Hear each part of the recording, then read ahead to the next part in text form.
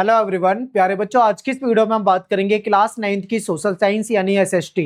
Chapter 4 है हमारा प्रारंभिक मानव और सभ्यता की शुरुआत, यानी कि ये हिस्ट्री है और हिस्ट्री का सब्जेक्ट आज हम करने वाले हैं।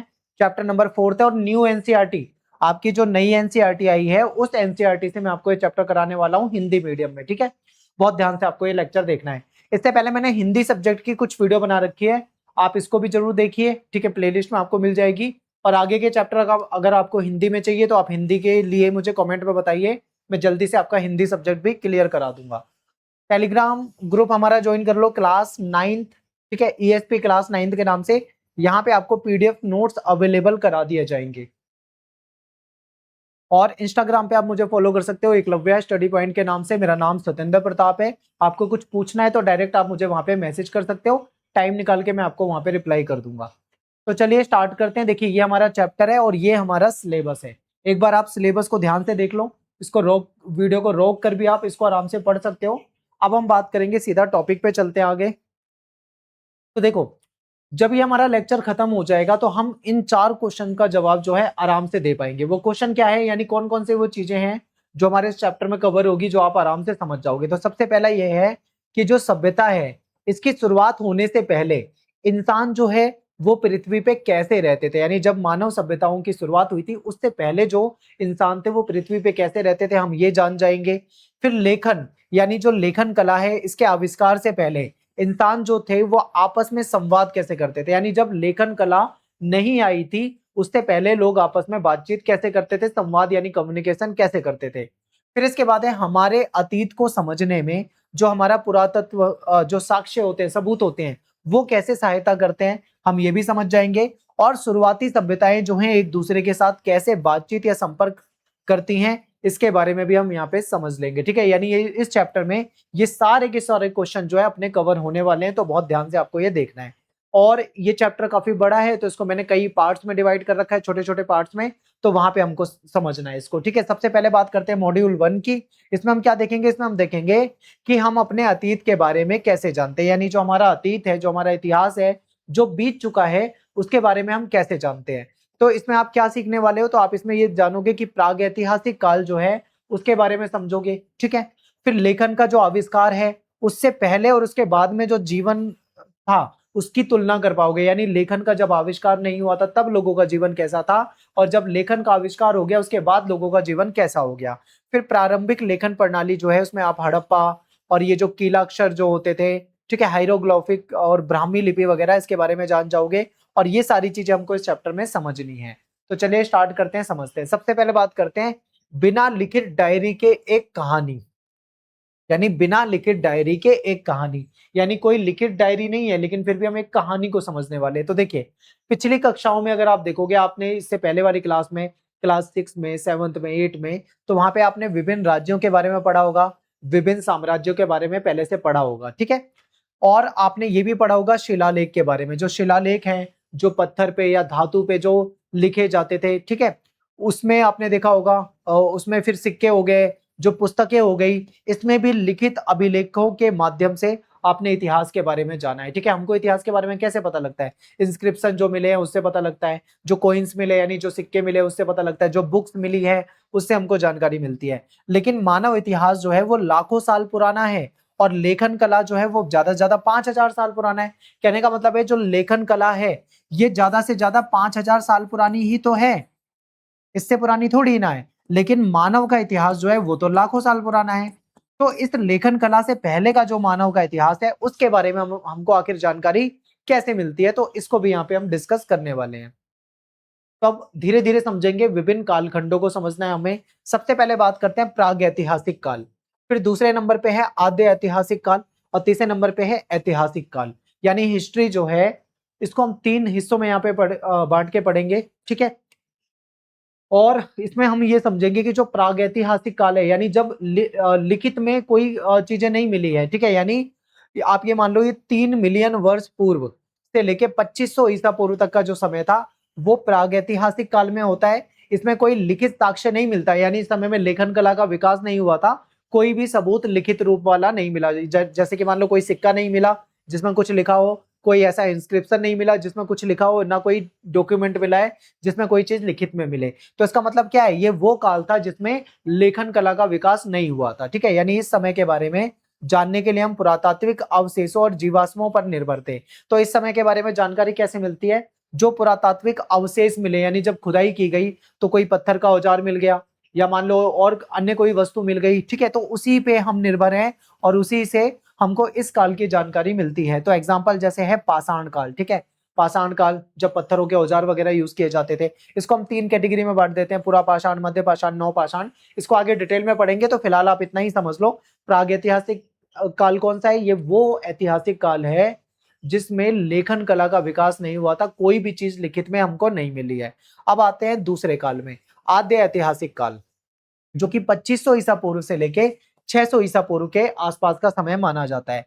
तो इस काल में क्या है, लिखित साक्ष्य तो हमको मिले हैं, लेकिन लिपि जो है अब तक पढ़ी नहीं जा सकी है, इसलिए हम इन लिपियों को पढ़ या समझ नहीं सके। ठीक है, यानी कहने का मतलब है यहाँ पे लेखन कला का विकास तो हो गया था, लोग लिखना तो जानते थे और हमको वो सबूत के रूप में मिला भी है, लेकिन इसको कोई आज तक पढ़ नहीं पाया। आपने हड़प्पा सभ्यता के बारे में पढ़ा होगा कि हड़प्पा सभ्यता में भी जो कुछ मोहरें मिली थी, वहां पे लिखी हुई चीजें मिलती है, चित्रात्मक लिपि होती थी, लेकिन आज तक उसको कोई पढ़ नहीं पाया। यानी यहाँ पे लेखन का विकास हुआ है, लेकिन उसको हम पढ़ नहीं पाए।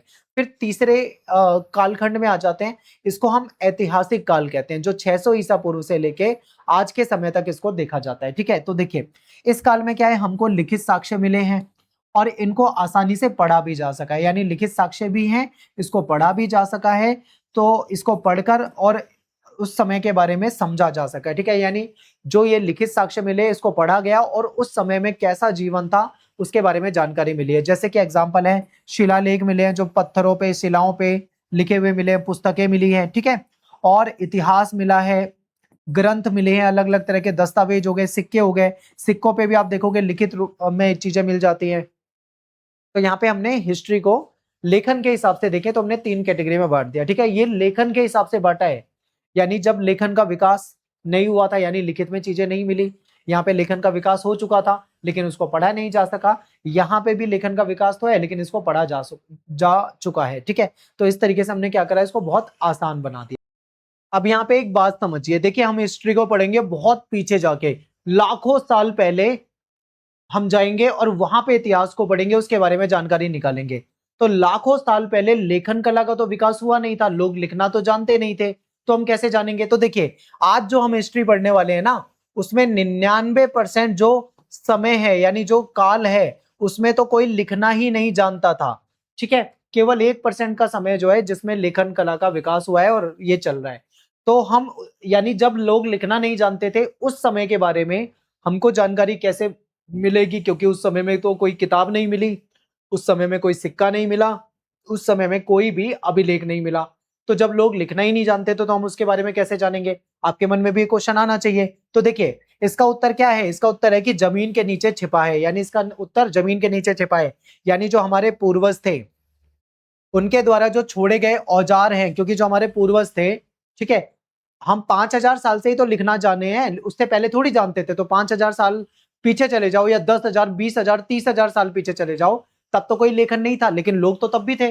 तो लोग जब वो हमारे पूर्वज मर गए, खत्म हो गए, लेकिन अपने बाद कुछ ना कुछ छोड़ कर गए हैं। ठीक है, जैसे कि कोई टूल्स, कोई औजार हो गया, या उनकी जो अस्थियां, हड्डियां हैं, मिट्टी के बर्तन जो वो लोग यूज किया करते होंगे। ठीक है, और कुछ चित्र जो दीवारों वगैरह पे मिले हैं, तो इनसे उस समय के बारे में जानकारी मिलती है। यानी जिस समय में लेखन कला का विकास नहीं हुआ था, इतिहासकार उस समय के बारे में भी जानकारी निकाल लेते हैं। कैसे निकाल लेते हैं, वो औजारों के माध्यम से, हड्डियों के माध्यम से, मिट्टी के बर्तनों के माध्यम से, उस समय में जो चित्र मिले हैं वो, या अन्य कोई वस्तु मिली है जो कि खुदाई से मिली है, उससे पता लगा लेते हैं। अब बात करते हैं हड़प्पा की लिपि। ठीक है, हड़प्पाई लिपि। तो ये जो लिपि थी, ये चित्रात्मक लिपि थी। यानी देखो जो हम लिखते हैं ना, ये अक्षर होते हैं, जैसे हम हिंदी है, ये कौन सी लिपि है, इसको देवनागरी लिपि कहते हैं और हिंदी भाषा है। तो इसमें क्या है, अक्षर है, शब्द है, आप देखोगे ये अक्षर है, यहाँ पे आपको शब्द दिखाई दे रहे हैं। लेकिन जो हड़प्पा की लिपि थी उसमें अक्षर या शब्द नहीं थे, उसमें क्या होते थे, उसमें चित्र होते थे, यानी चित्रात्मक लिपि थी। ठीक है, चित्र होते थे। आप देखो एक बार ध्यान से, एक बार बहुत ध्यान से देखो इसको। आपको यहाँ पे कुछ चित्र टाइप का दिख रहा है, जैसे कोई पत्ता दिखाई दे रहा है या कोई तराजू जैसा दिखाई दे रहा है, ठीक है, यानी ये क्या है, ये सब चित्र हैं। तो हड़प्पा की जो लिपि है, ठीक है, इसमें लिखी गई है लेकिन पढ़ी नहीं जा सकी। इसको लिखा तो गया है लेकिन आज तक इसको कोई पढ़ नहीं पाया है। तो इसको सिंधु सरस्वती सभ्यता भी कहा जाता है, इसको हड़प्पा सभ्यता भी कहा जाता है, इसको सिंधु घाटी सभ्यता भी कहा जाता है, ठीक है।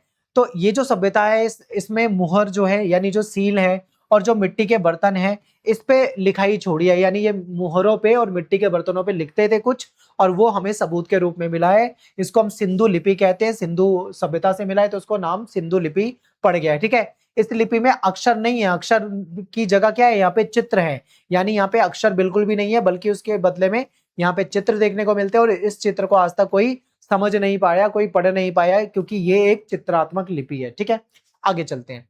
अब दशकों के प्रयास के बावजूद अभी तक कोई भी विद्वान जो है वो इस लिपि को पढ़ नहीं पाया, यानी लोगों ने बहुत कोशिश की, जो इतिहासकार हैं, जो विद्वान हैं, उन्होंने बहुत प्रयास किया, कई वर्षों तक प्रयास किया कि जो हड़प्पा की लिपि है उसको पढ़ लें, लेकिन वो इसको नहीं पढ़ पाए। और इसे पढ़े बिना हम हड़प्पा वासियों की जो भाषा है, उनका जो साहित्य है, उनके जो शब्द होंगे जो वो बोला करते होंगे, उसका इतिहास हम नहीं जान सकते, ठीक है, क्योंकि जब तक हम उनकी चीजों को पढ़ नहीं पाएंगे तब तक हम समझ नहीं पाएंगे। लेकिन कुछ सबूत है, सबूत से हमें पता लग जाता है कि ये लोग किन चीजों का किस तरीके से इस्तेमाल करते रहे होंगे। आगे देखिए, वे लेखन प्रणालियां जिन्हें पढ़ लिया गया, यानी कुछ ऐसी लेखन प्रणाली है जिसको पढ़ा जा सका है। हड़प्पा की सभ्यता में जो हमको लिपि मिली उसको तो नहीं पढ़ा जा सका, लेकिन कुछ अन्य सभ्यताएं हैं, वहां पे जो लिपि मिली है उसको पढ़ लिया गया है, ठीक है। आगे समझते हैं।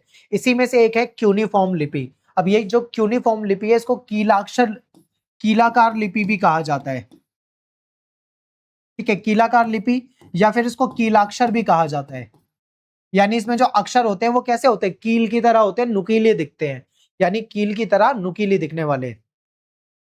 तो जो मेसोपोटामिया की सभ्यता थी, इसमें जो सुमेरियन लोग थे, इनके द्वारा इस लिपि को विकसित किया गया था, यानी ये लोग इस लिपि में लिखा करते थे। और पश्चिम एशिया, आधुनिक समय का जो दक्षिणी इराक है, आंशिक रूप से जो कुवैत वाला हिस्सा है, ठीक है, यहाँ पे अगर हम देखें तो यहाँ पे कुछ मिट्टी की पट्टिकाएं मिली हैं, मिट्टी की पट्टिकाएं मिली हैं, उस पर लिखा जाता था। अब ये लोग कैसे लिखते थे ये समझिए। ये क्या करते थे, मिट्टी को आटे की तरह गूंथते थे, उसके बाद उसको चपटा करके पतली सी पट्टिका बना देते थे, तो ये मिट्टी की क्या बन जाती थी, पट्टिका बन जाती थी। फिर उस पर किसी नुकीली चीज से लिखते थे, जैसे मान लो कील है उनके हाथ में, अब गीली मिट्टी पे वो कील से लिख रहे हैं, तो क्या होगा, नुकीला नुकीला सा बन जाएगा, यानी वो जो अक्षर है वो नुकीले टाइप के बनेंगे, तो वो कील जैसे बन जाएंगे। तो इसीलिए इसका क्या नाम पड़ गया, इसको कीलाक्षर भी कहा जाता है, और इसको कीलाकार लिपि भी कहा जाता है। अंग्रेजी में इसको क्यूनिफॉर्म लिपि भी कहा जाता है, ठीक है, जो किसके द्वारा विकसित की गई थी, सुमेरियन के द्वारा, जो कि मेसोपोटामिया से संबंधित है। अब यहाँ पे देखो, जो मैं आपको बता रहा था ना, एक बार इसके पिक्चर देखो ध्यान से, यहाँ पे आपको कील जैसे नुकीले नुकीले अक्षर दिख रहे होंगे, अगर आप ध्यान से देख पा रहे हो तो ये लिपि थी, और ये मिट्टी की पट्टिकाओं पे लिखा करते थे। अब बात करते हैं चित्रात्मक लिपि। तो चित्रात्मक लिपि जो है ये है मिस्र की, ठीक है, यानी प्राचीन जो मिस्र है, यहाँ पे ये लिपि विकसित हुई थी। इसे मुख्य रूप से मंदिर की दीवारों और पेपाइरस नाम का जो एक पौधा होता था उसके पत्तों पे उकेरा जाता था। तो ये कैसी लिपि होती थी, ये चित्रात्मक लिपि होती थी, इसमें चित्र होते थे। आप एक बार इसको ध्यान से देखिए, इस तरीके की लिपि होती थी। तो इसको क्या किया जाता था, मंदिर की जो दीवार थी उस पे ये लिखा जाता था, चित्र बनाए जाते थे। और एक पौधा होता था जिसका नाम था पेपाइरस, ये नाम आपको याद रखना है, पेपाइरस, ठीक है। इसके पत्ते होते थे, इसके पत्ते जो थे उसको सुखाया जाता था, और सुखाने के बाद उस पर लिखा जाता था। तो ये लिपि जो है पेपाइरस के जो पत्ते हैं उस पे भी मिली है और दीवारों पे भी मिली है। तो ये चित्रात्मक लिपि कहाँ की है, आपको बताना है, मिस्र की है। कीलाक्षर लिपि कहाँ की है, जिस तो आप बोलोगे मेसोपोटामिया की है। और एक और चित्रात्मक लिपि थी जो कि हड़प्पा सभ्यता की है, ठीक है, तो आपको ये याद रखना है। अब दोनों लिपियां जो है हड़प्पा सभ्यता के लगभग उसी समय यानी 5000 साल पुराने समय की मानी जाती है। देखो, ये जो दोनों लिपि है ये भी हड़प्पा के आसपास की ही मानी जाती है, यानी सब आज से 5000 साल पुरानी ही हैं। तो हड़प्पा लिपि के विपरीत जो क्यूनिफॉर्म लिपि है, या जो हायरोग्लिफिक्स जो लिपि है, दोनों लिपियों को विद्वानों द्वारा पूरी तरीके से पढ़ लिया गया है, ठीक है। यानी जो यहाँ की जो मिस्र की जो लिपि थी, और जो आपकी जो मेसोपोटामिया वाली लिपि थी, इसको पढ़ने में विद्वान सक्सेस हो गए, सफल हो गए, लेकिन हड़प्पा की जो लिपि थी इसको नहीं पढ़ पाए हैं। ठीक है, तो यही हमको अंतर यहाँ पे समझना था। आगे देखते हैं, इतिहास को युगों यानी एजिस में क्यों विभाजित किया जाता है, ये समझिए। क्योंकि देखो, इतिहास को हम अलग अलग युगों में बांट के पढ़ते हैं। क्यों करते हैं इसको अलग अलग युगों में, डायरेक्ट क्यों नहीं पढ़ते, तो इसको समझिए।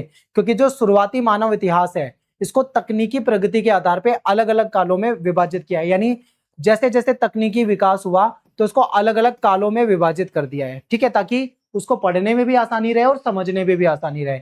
तो उपयोग किए जाने वाले जो संकेतक हैं, जैसे कि लोगों के द्वारा बनाए गए उपयोग किए जाने वाले औजार, क्योंकि एक समय ऐसा था जब लोग पत्थर के औजार बनाते थे, एक समय ऐसा आया जब लोग धातु के औजार बनाने लगे। ठीक है, तो दोनों समय अलग अलग हो गए, तो उसको और आसान बनाने के लिए इन्होंने इसको क्या करा, कालों में विभाजित कर दिया। और कृषि की शुरुआत हुई, फिर जीवन शैली बदली लोगों की, और लोगों ने बस्तियां बसानी शुरू की, और ये जो बदलाव आया, तो इन बदलाव को आसानी से समझने के लिए इसको युगों में परिवर्तित कर दिया। देखो, आपके एनसीईआरटी में कुछ इस तरीके से ये एज जो है, समय जो है वो दे रखा है।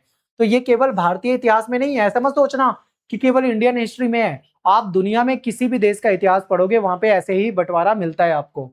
तो दुनिया भर में ऐसा होता है। तो इसके 6 प्रमुख चरण हैं। जैसे एक है पूरा पाषाण काल, मध्य पाषाण काल, नव पाषाण काल। ठीक है, ये सारे क्या है, पाषाण काल के ही पार्ट है।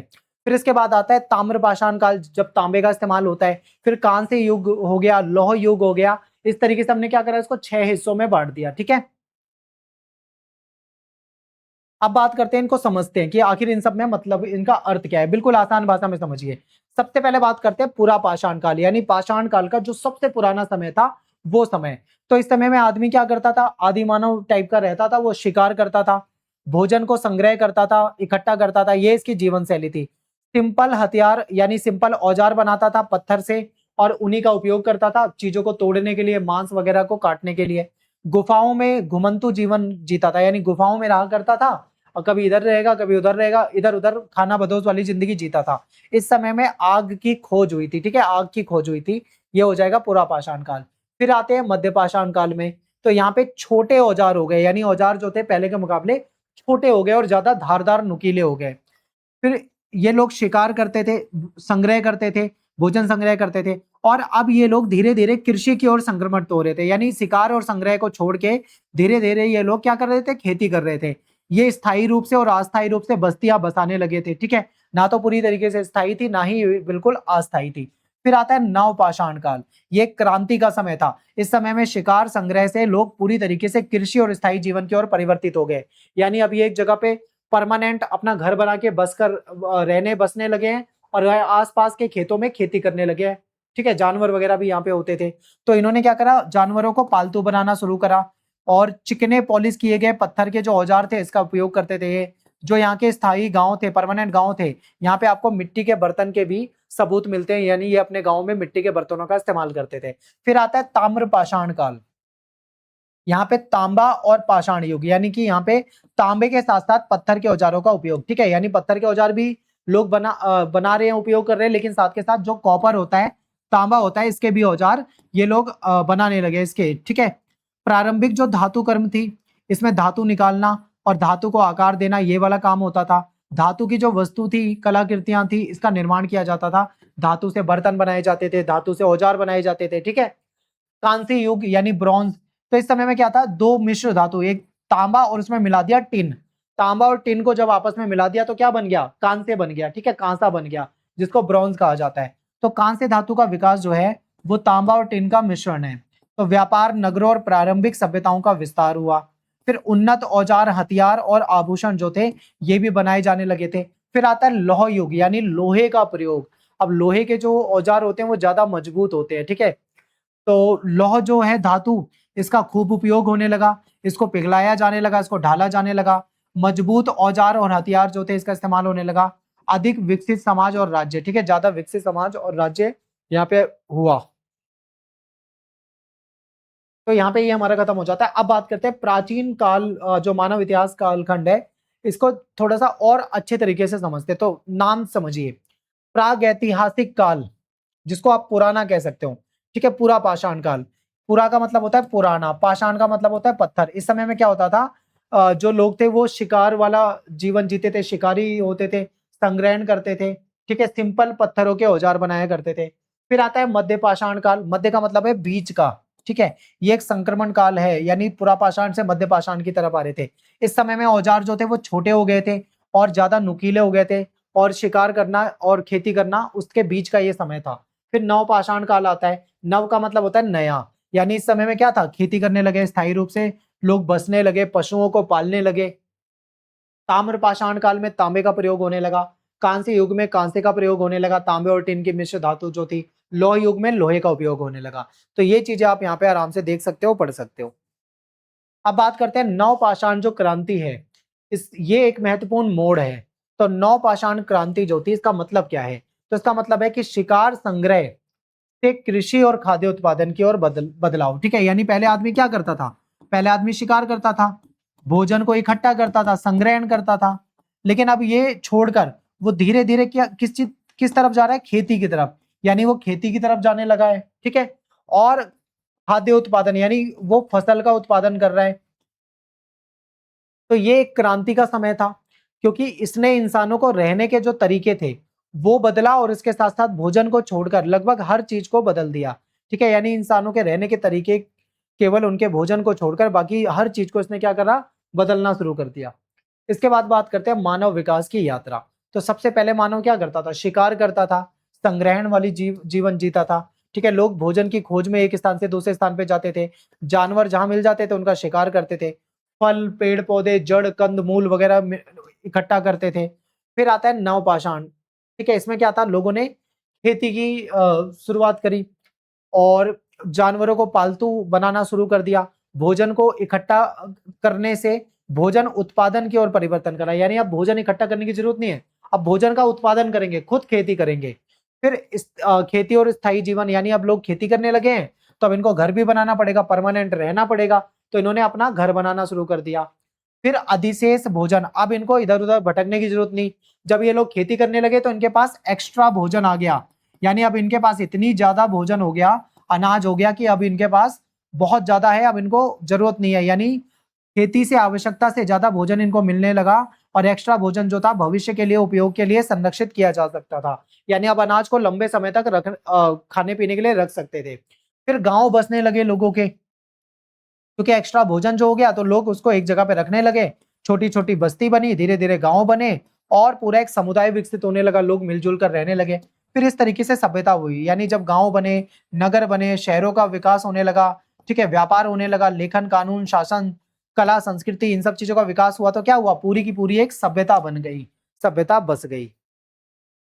नवपाषाण काल के बाद धातु तक उनकी पहुंच के आधार पे समाज जो था ताम्र पाषाण काल, कांस्य युग और लौह युग की हुआ तरफ गया। अब देखो पाषाण काल, यानी पाषाण का मतलब होता है पत्थर, यानी इस समय में लोग पत्थर के औजार बनाते थे। फिर इसके बाद आ गए ये धातु वाले, यानी बाद में विकसित हुए धातु के समय में आ गए। अब धातु में क्या था, इनके पास तांबा है, ठीक है, इनके पास ब्रॉन्ज यानी कांसा है, इनके पास लोहा है यानी लौह है। तो ये तांबे कांसे और लौह इनका उपयोग करने लगे।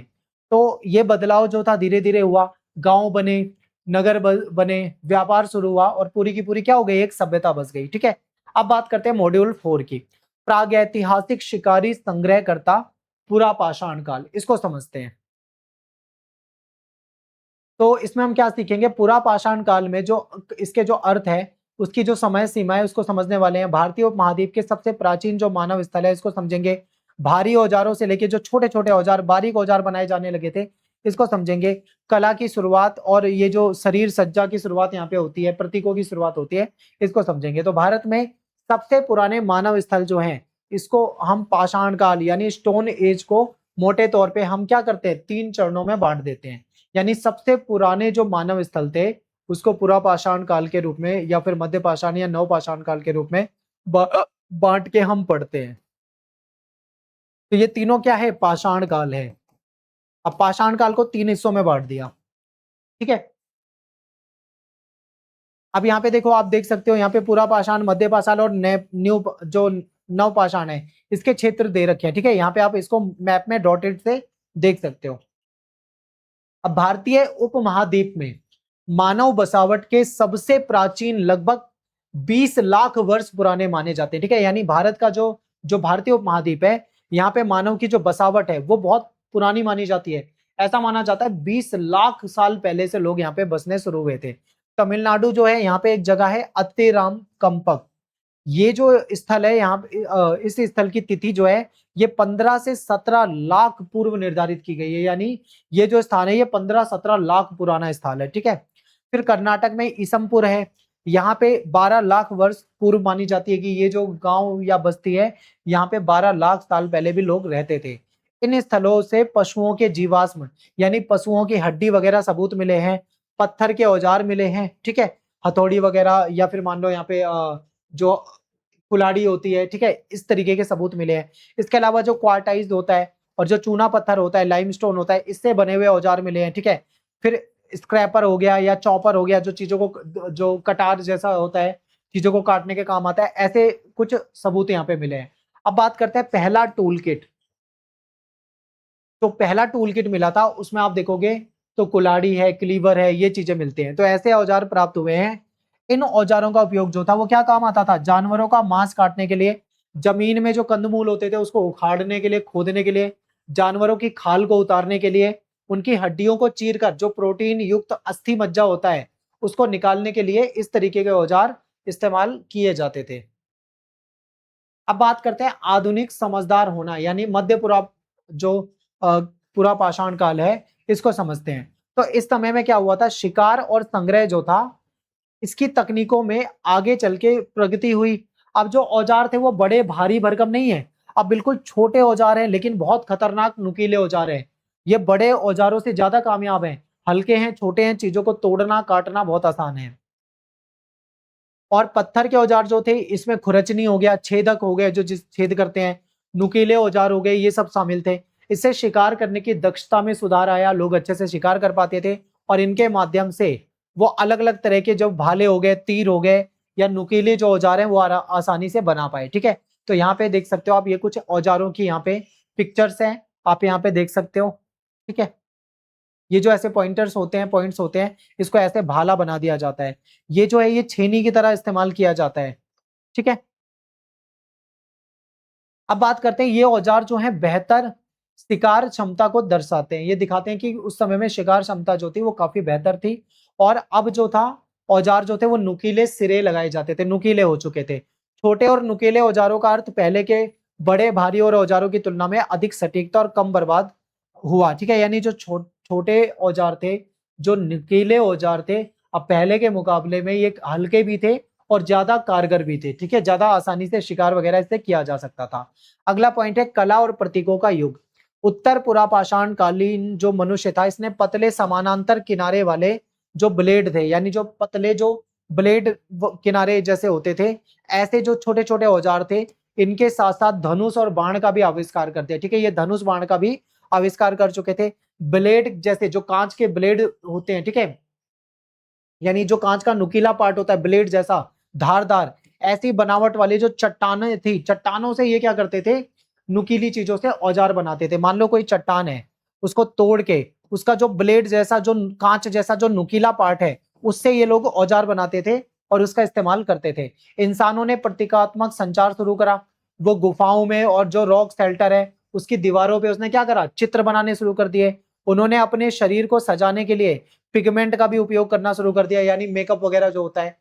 और पत्थर, हड्डी और सीप के मनके बनाने शुरू कर दिए, क्योंकि गहने जो होते थे वो पत्थरों के गहने बनाने शुरू करे, हड्डियों के गहने बनाने शुरू करे। ठीक है, अब बात करते हैं मुख्य शब्द उत्तर पुरापाषाण काल के उपकरण। तो यहाँ पे होता है बुरिन जो नक्काश, यानी कुछ इस तरीके का औजार है। ये विशिष्ट पत्थर का औजार है जिसका उपयोग जो होता था हड्डी और सीपी या फिर शुतुरमुर्ग के अंडे के जो छिलके होते हैं उसको छीलने वगैरह, छिलकों पर प्रतीकात्मक आकृति उकेरने के लिए किए जाते थे। ठीक है, यानी उसमें अलग अलग तरह की आकृति उकेरी जाती थी इस पत्थर से। ठीक है, डिजाइन बनाई जाती थी, नक्काशी की जाती थी। फिर सूक्ष्म फलाक, यानी जो ये बिल्कुल पतले पतले नुकीले नुकीले जो माइक्रो ब्लेड है, एकदम नुकीले ब्लेड जैसे हैं। तो ये बहुत छोटे हैं, पतले हैं, समानांतर किनारे वाले हैं और ये पत्थर के ब्लेड हैं जिन्हें अक्सर पकड़ने वाले हिस्से में फंसाया जाता था। ठीक है, ताकि उनका उपयोग जो है आसान हो जाए, किसी चीज में फंसाकर इनका उपयोग किया जाता था। देखो जैसे इनके हाथ में भाला है, आगे आगे ये जो नुकीला पार्ट है, यहाँ पे ये ऐसे औजार को फंसाते हैं। होमोसेपियंस का प्रसार, फिर धीरे धीरे आधुनिक मानव यानी होमोसेपियंस का प्रसार हुआ। तो लगभग 50,000 से 12,000 वर्ष पूर्व के बीच में होमोसेपियंस जो थे धीरे धीरे पूरी दुनिया में फैल गए। ये ऑस्ट्रेलिया अमेरिका महाद्वीप में भी शामिल हो गए। ठीक है, ऑस्ट्रेलिया में, अमेरिका में धीरे धीरे ये पूरी दुनिया में फैलने लगे थे। अब बात करेंगे अगले टॉपिक, ठीक है, नेक्स्ट टॉपिक हमारा है मॉड्यूल 5। इसमें हम बात करेंगे मध्य पाषाण, जिसमें शिकारियों के बारे में बात करेंगे, संग्रहणकर्ता जो भोजन इकट्ठा करते हैं, कंदमूल इकट्ठा करते हैं, उनके बारे में बात करेंगे, और एक गर्म होता हुआ विश्व, यानी विश्व में टेम्परेचर में बदलाव आ रहा था, विश्व गर्म होता जा रहा था। ठीक है, तो इसको समझेंगे कि क्या परिवर्तन आया। तो इसमें हम क्या सीखने वाले हैं कि लगभग 12,000 साल पहले जलवायु में परिवर्तन आता है और उससे मानव जीवन को एक नया रूप मिला। वो कैसे नया रूप मिला इसको समझने वाले हैं, और सूक्ष्म पाषाण औजारों के बारे में जानेंगे। ठीक है, यानी जो पत्थर के जो छोटे छोटे बारीक औजार थे, ठीक है, काफी नुकीले औजार थे, इसके बारे में देखेंगे। और पहली बार जो जनसंख्या विस्फोट हुआ था, यानी तेजी से जनसंख्या बढ़ी थी, इसको समझेंगे। फिर मध्य प्रदेश का जो भीमबेटका है, यहाँ की जो शैल है, यानी जो चट्टाने हैं, उसमें जो चित्रकारी मिली है, रॉक आर्ट जिसको कहा जाता है, इसके बारे में यहाँ पे समझेंगे। तो चलिए देखते हैं। सबसे पहले बात कर लेते हैं एक ऐसे युग की जिसमें ज्यादातर चारों तरफ क्या थी, बर्फ थी। ठीक है, बर्फ की चादरें, चारों तरफ देखेंगे तो बर्फ ही बर्फ दिखाई देती थी। इसको आप हिंदी में हिम युग कह लो, या फिर इसको इंग्लिश में क्या कहा जाता है, इसको इंग्लिश में प्लीइस्टोसिन काल कहा जाता है। ठीक है, तो इस पीरियड में क्या था, ज्यादातर जगह पे बर्फ थी। फिर समय के साथ क्या हुआ, टेम्परेचर में गर्मी आई, यानी टेम्परेचर गर्म होता गया। अब आप बताइए, जब अगर बर्फ वाला माहौल है और वहां पे टेम्परेचर गर्म होगा तो क्या होगा, बर्फ पिघलेगी। बर्फ पिघलेगी, धीरे धीरे धीरे धीरे बर्फ पानी बन जाएगी और वहां से बर्फ खत्म हो जाएगी। ठीक है, तो देखिए एक गर्म होती दुनिया सब कुछ बदल देती है। यानी क्या हुआ, लगभग 12,000 साल पहले जो होलीसीन काल शुरू हुआ था, इसमें क्या हुआ था, टेम्परेचर गर्म होने लगा था और वन और घास के मैदान उन क्षेत्रों में फैल गए जो कभी बर्फ की चादरों से ढके थे। यानी एक ऐसा समय होता था जब चारों तरफ बर्फ की चादरें होती थी। आप देखो यहाँ पे बर्फ की चादरें हैं, लेकिन टेम्परेचर गर्म हुआ, बर्फ पिघलने लगी, बर्फ वहां से गायब होने लगी, और वहां पे क्या उगने लगे, वहां पे जंगल उगने लगे, यानी वन, वहां पे घास उगने लगी। ठीक है, तो यहाँ पे जब वन और घास आ जाएंगी तो जानवर वगैरह ये सब आने लग जाएंगे। तो यानी टेम्परेचर यहाँ पे क्या था, बदल गया, तो उससे एक नया भूदृश्य सामने आया। अब ये जो नया भूदृश्य है, इसने संसाधनों की एक विस्तृत श्रृंखला प्रदान की। यानी ये जो नया भूदृश्य है, इससे बहुत सारे नए नए तरह के संसाधन देखने को मिले। छोटे शिकार करने वाले जानवर, मछली, खाने योग्य जंगली अनाज, ठीक है, ये सब देखने को मिला। यानी अब छोटे शिकार करने वाले जानवर उत्पन्न होने लगे थे। ठीक है, मछलियां, लोग मछलियों का शिकार करने लगे थे। खाने योग्य जंगली अनाज जो था उसको लोग यूज करने लगे थे। ये सब क्या है, संसाधन है। और इस प्रचुरता ने, यानी ये काफी मात्रा में उपलब्ध था, इसकी वजह से मानव इतिहास में दुनिया के सबसे पहले जनसंख्या विस्फोट को जन्म दिया। यानी अब जब सारे संसाधन अवेलेबल है तो क्या होगा, जनसंख्या तेजी से बढ़ेगी। तो यहाँ पे क्या हुआ, जनसंख्या विस्फोट हुआ। जनसंख्या विस्फोट का मतलब होता है तेजी से जनसंख्या का बढ़ना। माइक्रोलिथ और भीमबेटका की कला। अब माइक्रोलिथ जो होता है, ये होते हैं बिल्कुल बारीक छोटे औजार। ठीक है, यानी पत्थर के छोटे औजार, पत्थर के छोटे औजार, ठीक है, जिसको हम माइक्रोलिथ कहते हैं। और भीमबेटका की कला, तो देखो विभिन्न प्रकार के जो माइक्रोलिथ हैं, यानी सूक्ष्म पाषाण है, यानी छोटे छोटे जो बारीक जो पत्थर के जो औजार हैं, तो इन उपकरणों ने लोगों को जलीय भोजन, समुद्री और मीठे पानी दोनों को एकत्र करने की अनुमति दी। अब इनके पास क्या था, छोटे छोटे औजार थे। अब इन औजारों की मदद से ये क्या करते थे, जलीय भोजन, जल में मिलने वाली जैसे मछलियां वगैरह हैं, उनको भोजन के रूप में यूज करने लगे। अब समुद्र का पानी जो होता है वो खारा पानी होता है, नदी वगैरह का पानी जो होता है वो मीठा पानी होता है। तो यहाँ पे क्या हुआ, समुद्री और मीठे पानी दोनों को इन्होंने इकट्ठा करने की अनुमति मिली इनको, और ये मछली पकड़ने लगे। मध्य पाषाण युग में अगर देखा जाए तो यहाँ पे जो अर्थव्यवस्था का मुख्य आधार थी वो मछली ही बन चुकी थी। लोग मछली वगैरह पकड़ा करते थे, उसको खाया करते थे। ठीक है, यहाँ पे आप देख सकते हो ये नुकीले औजार हैं जो कि छोटे छोटे औजार हैं। इस दौरान क्या हुआ, कला गतिविधियों का भी विकास हुआ। अब कला में क्या दिखा, रॉक शेल्टर, जैसे मान लो जो शैल आश्रय है, कोई गुफा है, मान लीजिए गुफाओं के अंदर जो दीवारें होती है, चट्टाने होती है, पहाड़ होती है, उस पर चित्रकारी की जाने लगी। तो गुफाओं में जो रॉक शेल्टर है, यहाँ पर लगातार उपयोग किया जाने लगा। यानी इन्होंने क्या करा, वहां पे चित्र बनाने शुरू करे। तो मध्य प्रदेश में जो विश्व धरोहर स्थल है भीमबेटका, यहाँ पे इस काल में क्या होता है, इस काल में अगर देखा जाए तो सैकड़ों चित्रकारी वाले जो रॉक शेल्टर है वो मौजूद है। यानी इससे पहले से ही देखें, भीमबेटका के जो काल था उससे पहले भी अगर देखें तो यहाँ पे जो दीवारें थी, जो रॉक थी, जो चट्टाने थी, उसपे चित्रकारी मिलती थी। तो कुछ इस तरीके की चित्रकारी होती थी। एक बार आप इस पिक्चर में देख सकते हो, ठीक है, ये चट्टान है, उस पर क्या बना रखा है, चित्रकारी बना रखी है। अब अगले मॉड्यूल पे चलते हैं। इसमें हम बात करेंगे नवपाषाण, यानी मानव बने किसान। अब मानव क्या है, शिकार वाला जो जीवन है उसको छोड़ रहा है धीरे धीरे, और वो जो कंदमूल इकट्ठा करता था उसको भी छोड़ रहा है। अब वो किसान बन रहा है, वो एक जगह स्थायी रूप से रह रहा है, बस्ती बना रहा है और वहां पे खेती कर रहा है। तो यहाँ पे हम देखेंगे कि नवपाषाण काल में जो प्रमुख उसकी विशेषता है उसको समझेंगे, और अलग अलग कालों में जो विश्व में जो अलग अलग क्षेत्रों में जो खेती हो रही थी, ठीक है, खेती की जो शुरुआत थी उसको देखेंगे।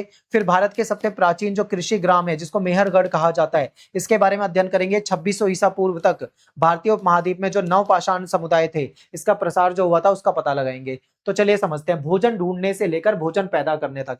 यानी एक समय ऐसा था जब मनुष्य जो था वो दर बदर ठोकरे खाता था। वो क्या करता था, भोजन की तलाश में इधर से उधर भटकता था।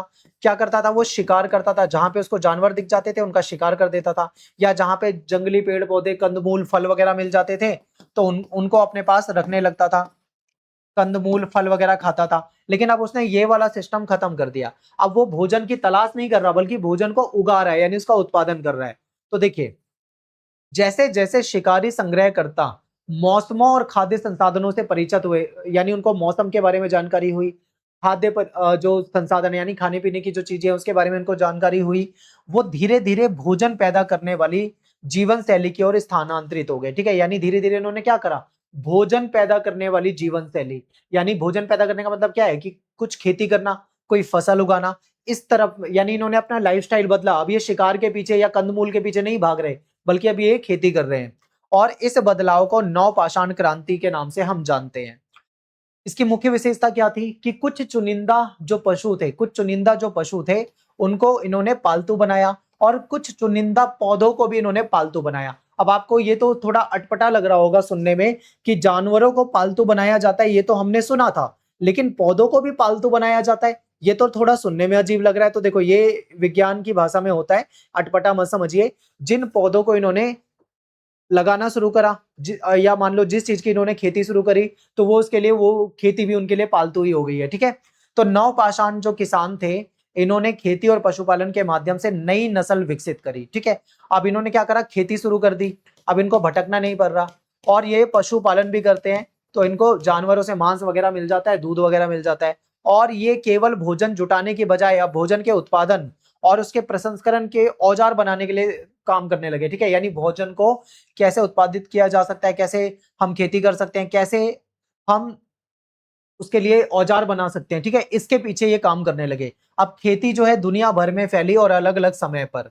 तो देखो, पूरी दुनिया में अलग अलग समय पे खेती होने लगी थी। तो कृषि की ओर बदलाव जो है वो दुनिया भर में हर जगह एक ही समय पे नहीं हुआ था। यानी कृषि की ओर जो बदलाव हो रहा था पूरी दुनिया में, वो हर जगह एक समय पे नहीं हो रहा था। कभी यहाँ पे खेती हो रही है, कुछ समय के बाद दूसरी जगह पे हो रही है, इस तरीके से। पश्चिम एशिया ने गेहूं और जौ को पालतू बनाया, यानी पश्चिम एशिया में लोग गेहूं को क्या करते थे, उगाया करते थे, खेती करते थे गेहूं की, और जौ की खेती करते थे। ये मोटे अनाज में आते हैं। ठीक है, इसके बाद भारत और इसका जो गंगा के मैदान वाला इलाका है, यहाँ पे मिलेट्स जो कि मोटे अनाज होते हैं, और जो चावल है, इसको इन्होंने इस पे ज्यादा ध्यान केंद्रित किया। अब भारत में जो गंगा के किनारे वाले मैदान है वहां पे अच्छा पानी मिल जाता है, तो यहाँ पे लोग क्या करते हैं, मिलेट्स भी उगा लेते हैं। ठीक है, मिलेट्स में आपके बाजरा, जौ, राई, ठीक है, और अलग अलग तरह के फोक्सटेल मिलेट हो गया, बहुत तरह के मिलेट होते हैं।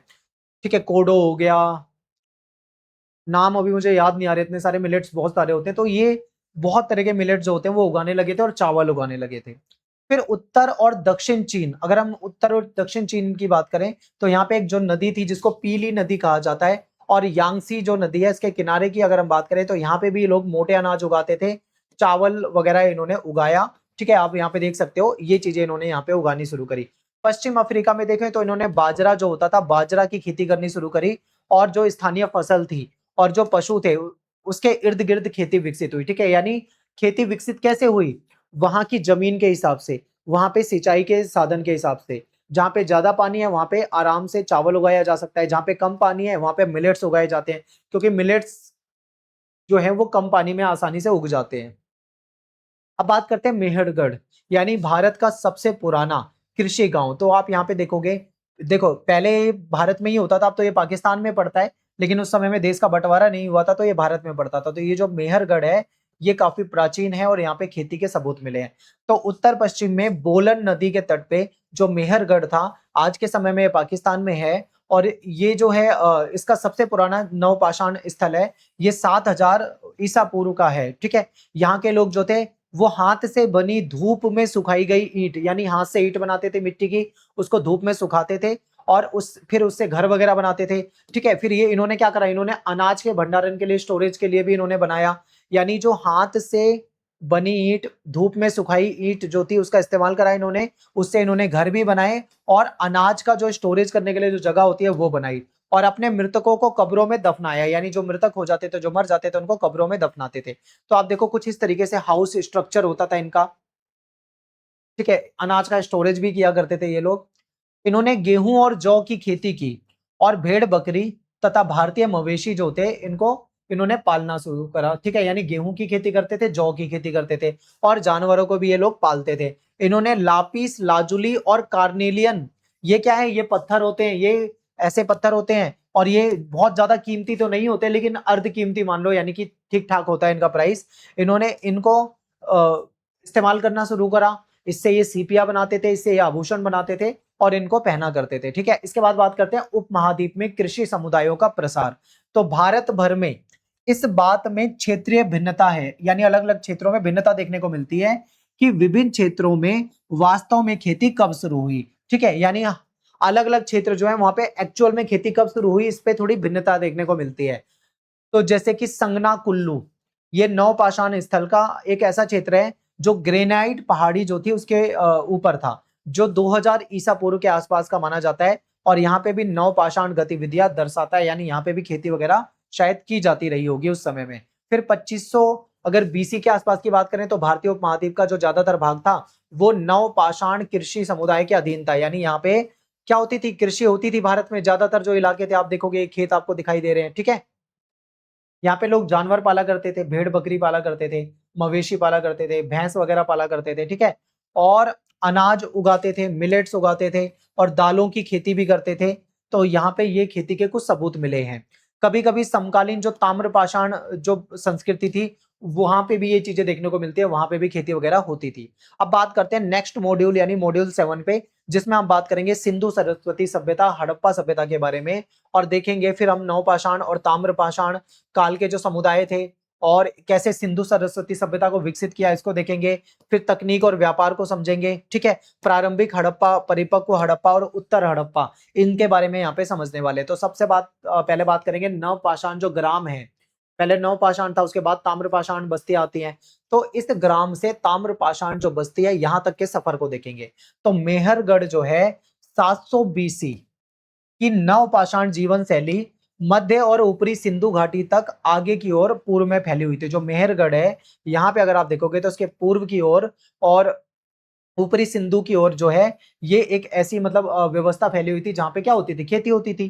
कुछ बस्तियां ऐसी भी हैं जिनमें जो 4000 ईसा पूर्व यहाँ पे उन बस्तियों में लोगों ने अयस्क से तांबा निकालना शुरू कर दिया था, यानी धातु के बारे में जानने लगे थे।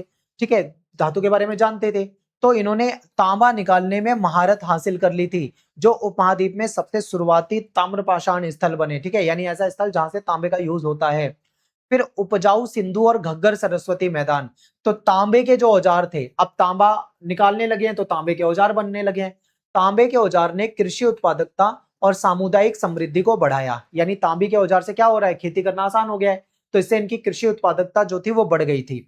इस काल में बड़े पैमाने पे मृद भांड यानी मिट्टी के बर्तन भी बनाए जाते थे, इसका भी उत्पादन हुआ।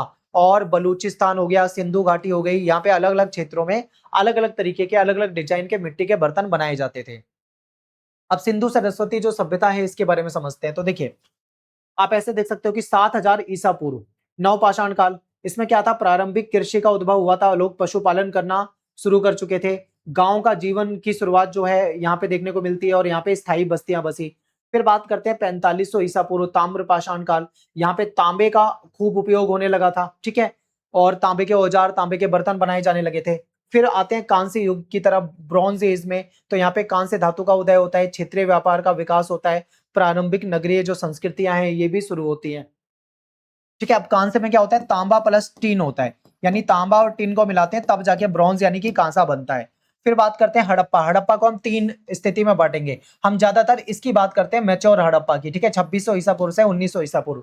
लेकिन इससे पहले भी हड़प्पा सभ्यता थी, जिसको प्रारंभिक हड़प्पा काल कहा जाता है, जो कि 3300 से 2600 ईसा पूर्व के आसपास का समय था। इस समय में क्षेत्रीय निर्माण वगैरह आपको देखने को मिलेगा, ठीक है, किलेबंद बस्तियों का विकास वगैरह हुआ था।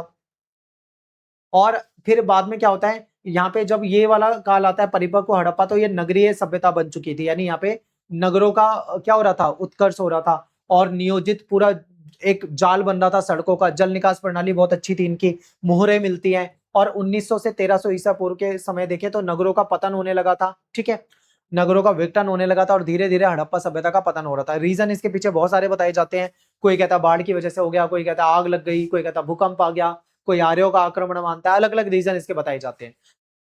अब सिंधु सरस्वती जो सभ्यता है इसकी समय रेखा को थोड़ा समझने की कोशिश करते हैं। नवपाषाण हमने पढ़ लिया है, यहाँ पे प्रारंभिक कृषि की शुरुआत होती है, पशुपालन की शुरुआत होती है, पशुओं का पालतू बनाया गया और लोग स्थायी रूप से बसने लगे क्योंकि खेती कर रहे थे।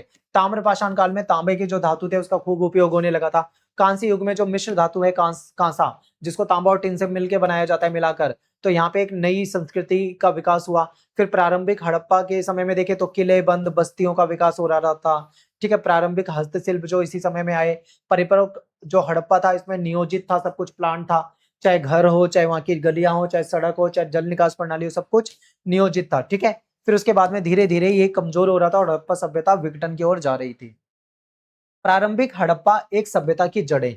तो रेडियो कार्बन तिथि, इससे क्या पता लगाया जाता है कि कोई वस्तु मिली है तो वो कितने साल पुरानी होगी, इससे अंदाजा लगाया जाता है। तो इससे पता लगा कि जो भिराना है और जो कुणाल जैसे जो स्थल है, यहाँ पे पूर्व हड़प्पा जो चरण है 7000 और 5500 ईसा पूर्व के बीच में शुरू हुआ था, ठीक है। फिर कई क्षेत्र जो थे, यहाँ पे क्या हुआ, यहाँ पे बर्तन शैलियां विकसित हुई, यहाँ पे अलग अलग तरह के इन्होंने क्या बनाने शुरू करे, बर्तन बनाने शुरू करे।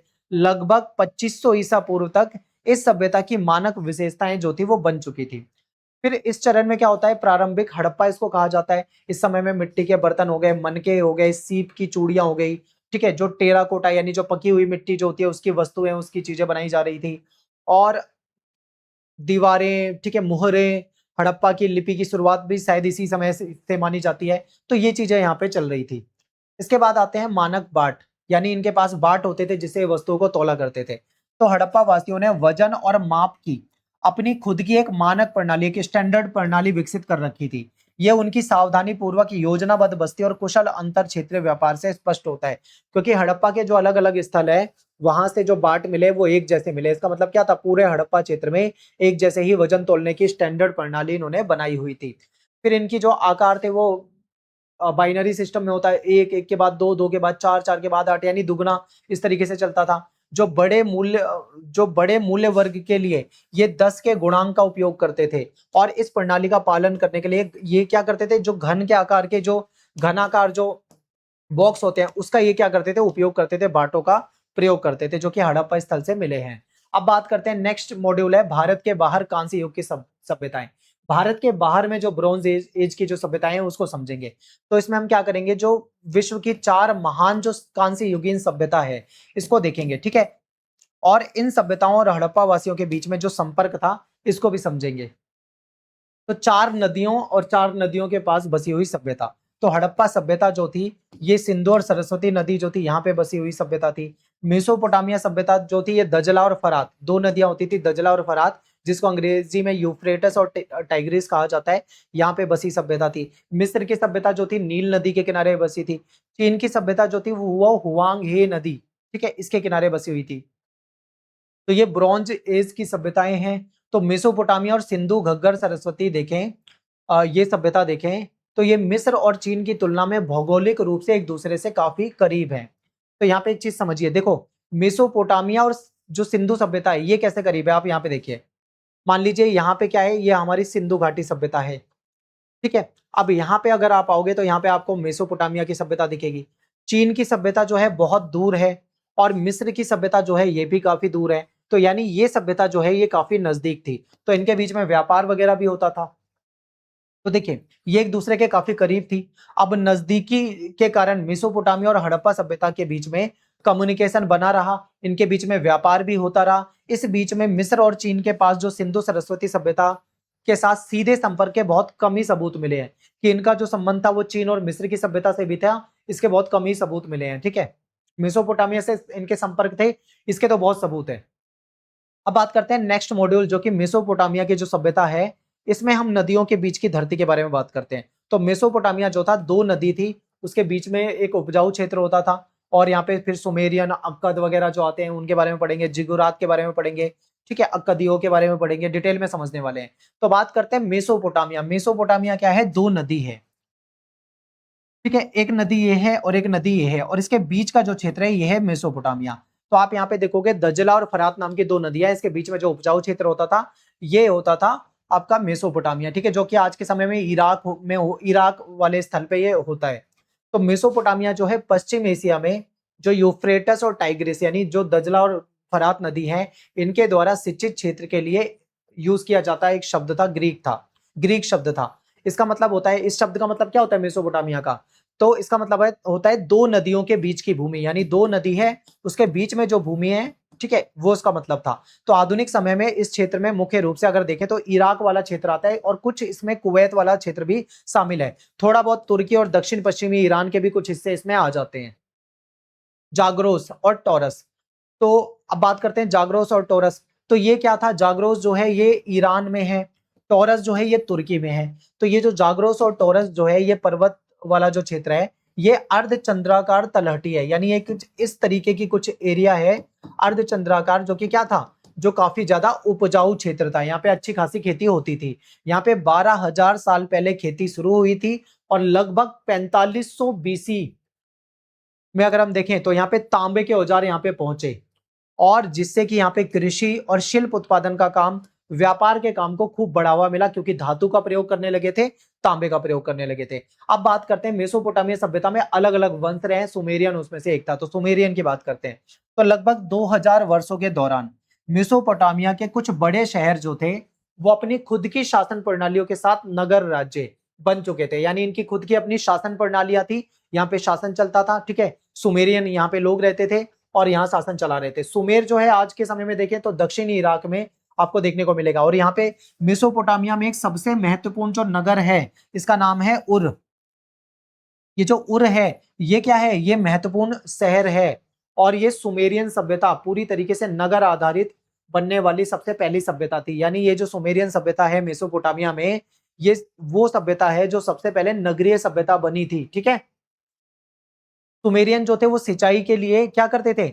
बांध और नहरें बनाने का को पहले से प्रयोग करते थे। यानी ये क्या करते थे? सिंचाई के लिए बांध और नहरें बनाने वाले सबसे पहले लोग थे। इन्होंने क्या करा? बांध बनाया, नहरें बनाई, जिससे कि सिंचाई के लिए पानी को इकट्ठा कर सकें।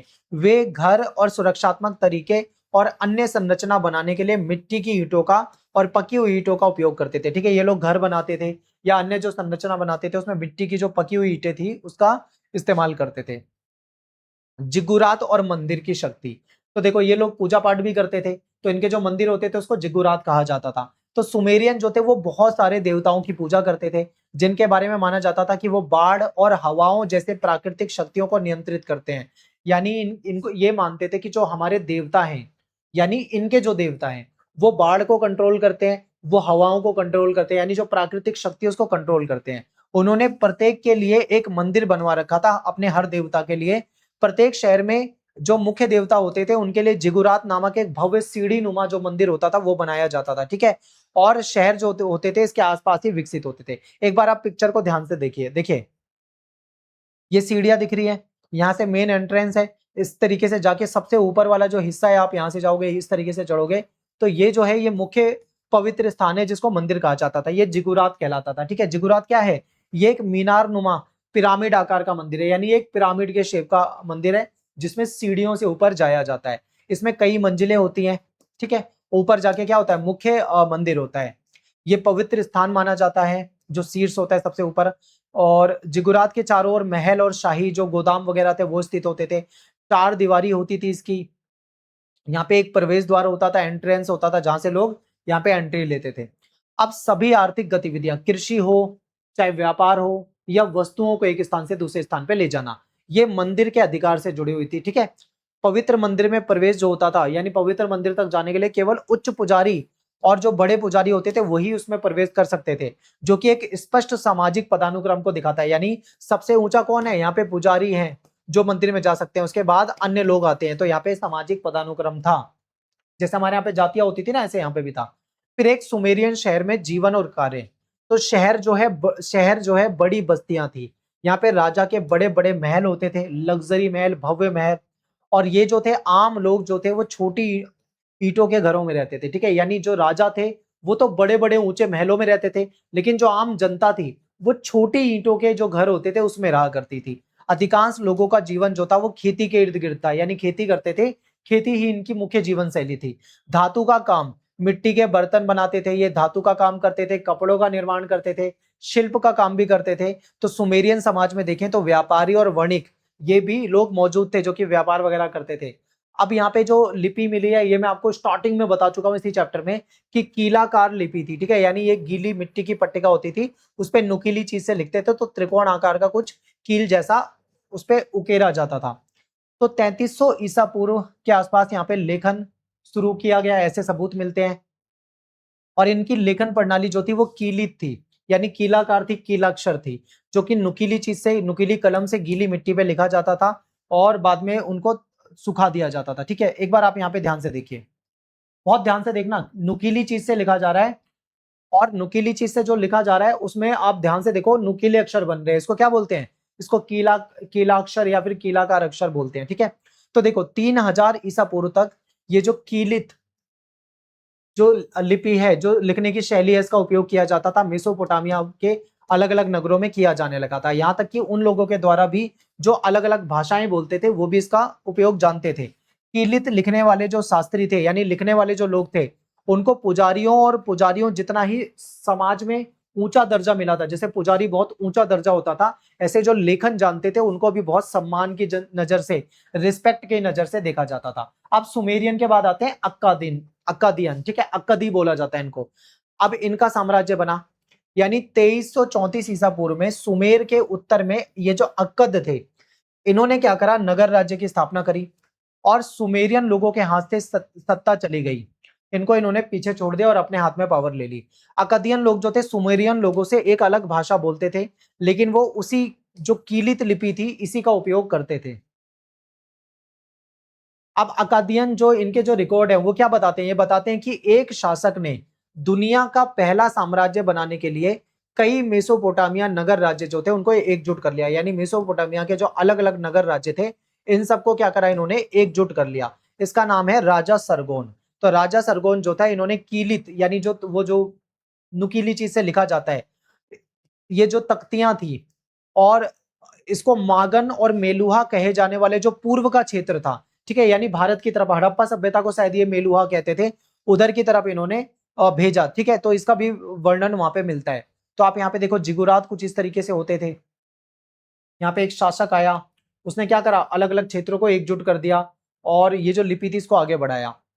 अब बात करते हैं सुमेरियन जो सभ्यता है इसकी पहली कुछ उपलब्धियों के बारे में बात करते हैं। तो इन्होंने पहिया गाड़ी बनाई, नाव बनाई। ठीक है, यानी जो सुमेरियन थे इन्होंने पहिया गाड़ी और नाव दोनों का आविष्कार किया। आप यहाँ पे देख सकते हो कुछ इस तरीके की गाड़ी होती थी, इस तरीके की नाव होती थी। ठीक है, और निर्माण और खेती के लिए गणित, यानी जमीन को नापना, उसका क्षेत्रफल निकालना, वहां पे कितनी सिंचाई का क्षेत्र होगा, कितना खेती का क्षेत्र होगा, ये सब इन्होंने उसकी सटीक माप की। मंदिर हो गए, अनाज भंडार हो गए या सिंचाई का कार्य हो गया, उसके लिए पूरी प्लानिंग की। फिर मिट्टी की जो गीली मिट्टी की तख्तियों पे ये लिखा करते थे, बाद में उसको धूप में सिखाते थे। इसमें कुछ गणितीय लेख भी मिलते हैं, मैथ से रिलेटेड लेख मिलते हैं। फिर ये जो आधार 60 है, ये जो संख्या प्रणाली आज भी हम इसको मानते हैं। आपको पता होगा कि आज जो हम काल गणना करते हैं, जैसे कि 1 घंटे में 60 मिनट होते हैं, ठीक है, 1 मिनट में 60 सेकंड होते हैं। तो ये जो चीजें ये हमको मेसोपोटामिया से ही मिलती है, इन्होंने ही ये चीजें सबसे पहले बताई थी। अब बात करते हैं असीरियन और बेबीलोनिया।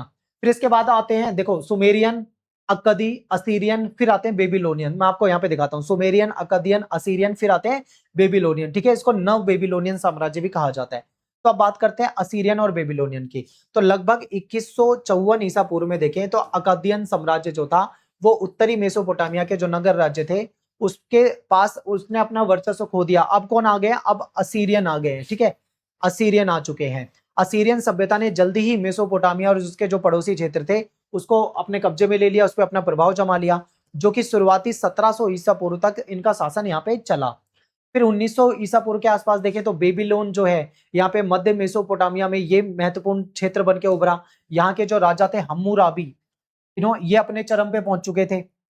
और हम्मुराबी की जो सबसे बड़ी विरासत थी उसमें इन्होंने एक आचार संहिता यानी कुछ रूल्स, आचार संहिता का मतलब है कुछ रूल्स लागू किए थे जो पूरे साम्राज्य में नागरिक और सामाजिक आचरण के लिए कानूनों की एक संकलित सेट था, ठीक है। यानी इन्होंने कुछ रूल्स बनाए थे, कुछ कानून बनाए थे जो वहां पे लागू किए गए थे। तो ये चीजें हमने यहाँ पे समझी है। अब यहाँ पे आप देख सकते हो सुमेरियन आए मेसोपोटामिया में पहले, ठीक है, फिर अक्कादियन आए, फिर असीरियन आए और फिर बेबीलोनियन, ठीक है। इनको नव बेबीलोनियन कहा जा सकता है। बाकी ये चीजें आप यहाँ पे देख सकते हो, इसको आप पढ़ सकते हो। ये सारी चीजें मैं आपको बता चुका हूं। अब चलते हैं नेक्स्ट, हमारा जो मॉड्यूल है वो है मिस्री सभ्यता। अब ये मिस्री को थोड़ा सा काट के आप इसको मिस्र की सभ्यता बोल सकते हो, जो कि नील नदी की देन मानी जाती है। तो यहाँ पे हम बात करेंगे नील नदी जो है उसमें बार बार जो बाढ़ आती थी और वहां पे जो उपजाऊ मिट्टी अपने साथ लेके आती थी, तो उस मिस्र की सभ्यता को जानेंगे। रोसेटा स्टोन जो मिला है जिसपे कुछ लिखित में चीजें मिली हैं, ठीक है, इसको समझेंगे। फिर यहाँ पे पिरामिड वगैरह जो थे उसको समझेंगे, और यहाँ पे जो लोगों की दैनिक जीवन शैली थी उसको समझने वाले हैं। तो बात करते हैं दुनिया की सबसे बेहतरीन ढंग से अभिलेखित जो सभ्यता है, अभिलिखित जो सभ्यता है वो मिस्र की सभ्यता मानी जाती है। यहाँ पे बड़े बड़े पिरामिड आपको देखने को मिलते हैं। तो मिस्र की सभ्यता जो है अपने समृद्ध ऐतिहासिक अभिलेखों और अन्य सभ्यताओं पर अपने स्थायी प्रभाव के लिए दुनिया भर में जानी जाती है। क्योंकि जो मिस्र की सभ्यता है इसमें बहुत सारे हमें हिस्टोरिकल क्या मिले, रिकॉर्ड्स मिले हैं, और ये एक बेहतरीन सभ्यता के नाम से दुनिया में जानी जाती है। अब प्राचीन जो यूनानी थे और जो रोमन थे उनको मिस्र के बारे में जानकारी थी अच्छी खासी। यूनानी लेखक थे हेरोडोटस, ठीक है। ये 5वीं शताब्दी ईसा पूर्व में ये क्या करते हैं, यहाँ पे जाते हैं और यहाँ की यात्रा करते हैं। इन्होंने वहां पे जो देखा मिस्र में उसके बारे में इन्होंने भी लिखा हुआ है, ठीक है। फिर क्या है द इल्ज इजिप्ट, ये जो शीर्षक है इस टाइटल से इन्होंने लिखा और दिलचस्प ऐतिहासिक विवरण प्रदान किया मिस्र के बारे में। तो मिस्र का इतिहास जो है उसके पुनर्निर्माण में जो पेपायरस था इससे भी किया जा सकता है, क्योंकि जो पेपायरस होता है नील नदी के किनारे उगने वाला एक पौधा था, सरकंडे जैसा होता था, उसके गूदे को निकाल के उसमें लिखा जाता था। तो उससे भी हमें कई जानकारी मिल जाती है मिस्र की सभ्यता के बारे में। कोड को सुलझाना यानी रोसेटा स्टोन, तो एक पत्थर मिला है रोसेटा चट्टान स्टोन, उसमें कुछ लिखित में चीजें मिली है। तो देखिए सभ्यता के पतन के बाद यानी जब सभ्यता का पतन हो गया उसके बाद सदियों तक मिस्र की जो चित्र लिपि थी यानी चित्रात्मक लिपि, आप इसमें चित्र देख रहे हो, ठीक है, इसके लेखन जो था ये एक रहस्य बना रहा। फिर 1799 में क्या होता है, एक फ्रांसीसी सेना का इंजीनियर था जिसका नाम था पियरे बुसार्ड। इसने क्या करा, मिस्र में एक किले की मरम्मत करते समय यानी किले की मरम्मत चल रही थी उस समय उसने एक रहस्यमय लिखावट देखी। यानी उसने एक ऐसा काला पत्थर देखा जिसमें उसने देखा कुछ चित्रात्मक तरीके से लिखा हुआ है, कुछ इस तरीके से लिखा हुआ था। देखो एक ही पत्थर में 3 यानी 3 तरह की स्क्रिप्ट लिखी हुई है, यानी एक ही पत्थर है उसमें 3 अलग अलग स्क्रिप्ट में चीजें लिखी हुई है।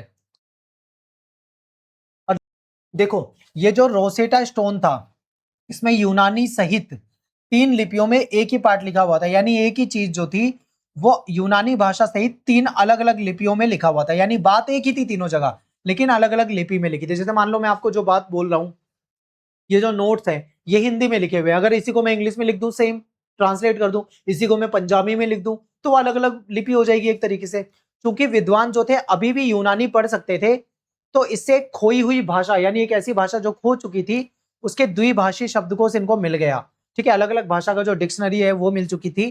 तो 1822 में जीन फ्रांसवा जो थे इन्होंने क्या करा, अंत में जाके इसको पढ़ ही लिया और इसका अर्थ निकाल दिया। इसके बाद बात करते हैं नील नदी यानी मिस्र की जीवन दायिनी।